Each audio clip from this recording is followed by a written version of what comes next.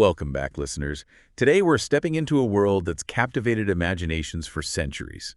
Get ready, because this time we're diving deep into the life and work of the legendary ghost hunter, Harry Price.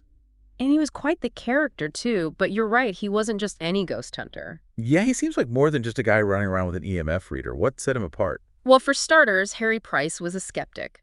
Deep down, he was a scientist at heart, always looking for a rational explanation, even when dealing with the seemingly unexplainable. A skeptical ghost hunter. I think I can already see why this is so interesting. So he wanted to debunk the paranormal, right? You could say that, but he also genuinely wanted to prove it. He was after the truth, whatever that might be, and he approached the paranormal world with this intriguing mix of skepticism and a genuine belief that something beyond our understanding might actually be out there. That's quite a paradox. This is already more complex than I expected. So where do we even begin with a figure like this? Well, it all started back when he was a young man. He was fascinated by the paranormal, even joined the Society for Psychical Research, or SPR. Ah, the SPR. I've heard of them. They were like the Ghostbusters of their day. Well, not quite. They were a bit more formal, more of a scholarly group, really, but they were dedicated to investigating psychic phenomena in a very methodical and, well, scientific way. Did Price's approach mesh well with the SPR's more traditional methods? Not always. You see, Price was, shall we say, a bit more flamboyant, more hands-on. He was a showman in his own right, and he thought the SPR's sometimes cautious approach was, well, a bit too slow. So he was eager to get his hands dirty and shake things up a bit. Precisely.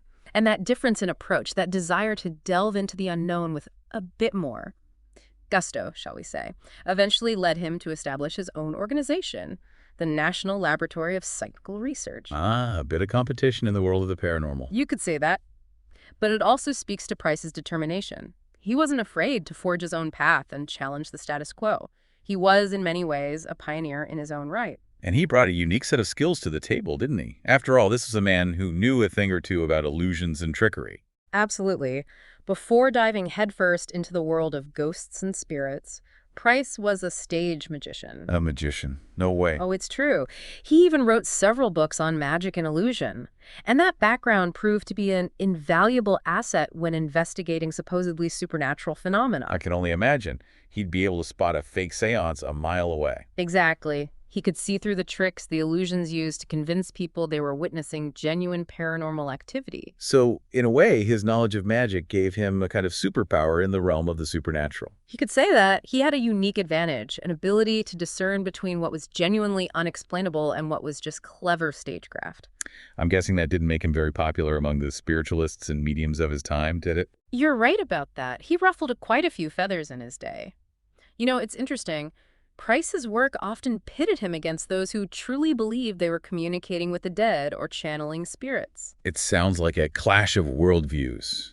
On one hand, you have those seeking solace or connection with the beyond, and on the other, you have Price, the ultimate pragmatist, trying to ground these experiences in something tangible. That's a great way to put it. And this tension is so evident in his investigations of some of the most famous mediums of the time. Take William Hope, for example. Ever heard of spirit photography? Oh, absolutely. It's the stuff of legends. Blurry images with ghostly figures appearing alongside the living. Always makes you wonder. Well, William Hope was a master of this craft. He was renowned for capturing these otherworldly images. People would flock to him, desperate to catch a glimpse of departed loved ones. It's a testament to how deeply we yearn for connection, even beyond the veil, isn't it? Absolutely. But in Hope's case, Price suspected something else was at play. Remember, this was a man who knew all the tricks of the illusionist's trade. So what did he find out? What was Hope's secret? It turned out Hope was using pre-exposed photographic plates. These plates already had these ghostly images on them, ready to be developed during a sitting. Very clever, actually. So not quite a portal to the other side then. More like a carefully orchestrated magic trick. Exactly. But Price didn't just rely on his intuition.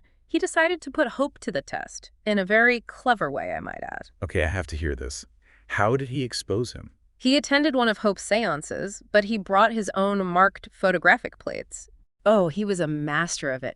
And when the photos were developed, the spirit that materialized was the exact same image Hope had used in previous photographs, only noticeable because of Price's markings.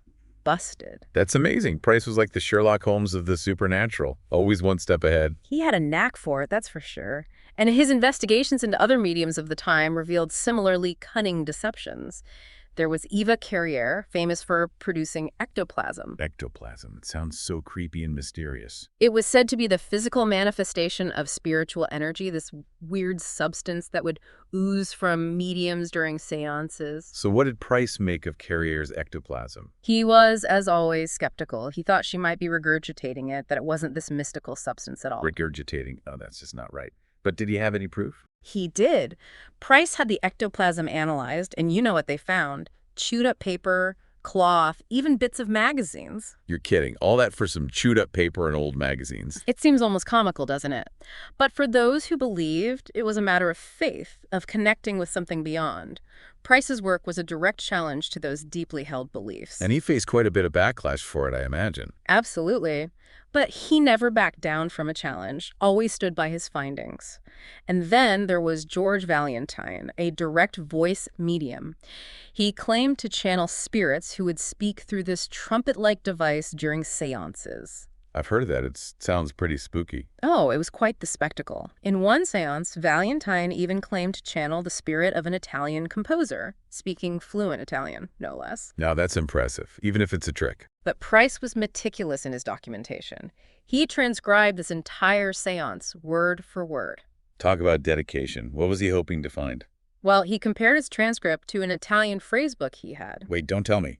He found the entire channeled message in the phrasebook. Bingo. Turns out Valentine's Italian spirit was nothing more than a well-rehearsed phrasebook. Busted again. You know, it's almost a shame to see these elaborate schemes debunked. There's a certain artistry to it, wouldn't you say? And absolutely. You have to admire the ingenuity, the showmanship.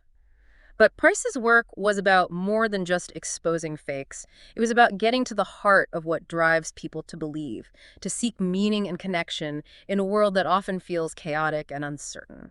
So in a way, he was exploring the human need for wonder and belief, even as he debunked the means by which some sought to exploit it. Precisely. It's about understanding the psychology of belief just as much as it is about exposing trickery. Fascinating. But I get the feeling there's more to Price than just debunking fraudulent mediums. He had a genuine interest in the unexplained, didn't he? So it wasn't just about exposing fakes for Harry Price. What else piqued his interest? He was drawn to all sorts of unexplained phenomena. Like, did you know he traveled the world trying to figure out the secrets behind the Indian rope trick? You mean the one where it looks like the rope's just floating in midair? That's always baffled me. Exactly. It seems to defy gravity. While Price never claimed to have fully cracked the code, he believed it was likely a combination of things. Clever illusions, maybe even some hypnotic suggestion used by those skilled performers. See, that's what I love about this stuff. Even if there's not always a clear-cut answer, trying to unravel these mysteries is half the fun. So what else caught his attention? Well, he was also fascinated by firewalking. You know, the whole walking across hot coals thing. Oh, yeah. I've always wondered about that one. He was especially interested in a well-known firewalker of the time, Bucks. Price even did some experiments with him. Wait a minute. Harry Price, the king of skeptics, walked on fire. He did. He believed it was a combination of factors, like the low thermal conductivity of the embers and the mental state of the walker all playing a part. The power of the mind, huh? I can see why that would intrigue a guy like Price. But didn't he end up with some nasty burns? He did mention some blistering afterward, but hey, all in the name of science, right? Though I wouldn't recommend trying it at home. Definitely not. Speaking of things I wouldn't try at home, we have to talk about Borley Rectory. It's practically synonymous with Harry Price, isn't it? It's practically a rite of passage for any ghost hunter to be interested in Borley Rectory, with its stories of ghostly figures and unexplained noises. Price even rented the place for a whole year because he was so determined to get to the bottom of it. A whole year in a house with that kind of reputation. You'd have to pay me a lot of money to do that. Yeah. So what did he find? Well, that's the thing about Borley Rectory. It's still debated to this day. He documented some strange goings-on, but he also suspected some of it could be explained by environmental factors or even hoaxes. So even Harry Price, with all his skepticism and investigative skills, couldn't completely solve the mystery of Borley Rectory. Some mysteries just refuse to be solved, and I think that's part of the appeal, isn't it? It certainly keeps things interesting. But Price's legacy extends beyond any one haunting or investigation, doesn't it? He really changed how people thought about these things. Absolutely. He wasn't content with just investigating. He wanted to change the whole game. He was a key figure in revitalizing the Ghost Club. The Ghost Club, tell me more. It's an organization that's dedicated to investigating paranormal claims, and Price wanted to steer them away from sensationalism and towards a more evidence-based approach, like a proper scientific society. He sounds like a man ahead of his time. And didn't he also experiment with new technologies to try to capture evidence? He did. He was really into using things like voice recorders to try to capture those mysterious electronic voice phenomena, or EVPs. He even broadcast some of his experiments live on the BBC. Live on the radio. He was a showman, wasn't he? Taking ghost hunting mainstream. He certainly knew how to grab the public's attention, but at the heart of it all, he was a dedicated researcher who challenged us to look beyond the spooky stories and search for evidence. So as we wrap up our deep dive into the world of Harry Price, what's the biggest lesson we can learn from him? I think it's the importance of approaching the unknown with both skepticism and an open mind. To question everything, to demand evidence, but also to be open to the possibility that there might be more to our world than we can currently explain. To embrace the mystery, but also the pursuit of truth. And maybe, just maybe, find a little bit of wonder along the way. Exactly. Well said. A huge thank you to our expert for joining us today and for sharing your incredible insights on Harry Price. It's been a truly fascinating journey. Thanks for having me. It's been a pleasure. And to our listeners, thank you for joining us on this deep dive. Remember, the world is full of mysteries, and sometimes the greatest adventure is the search itself. Until next time, keep exploring.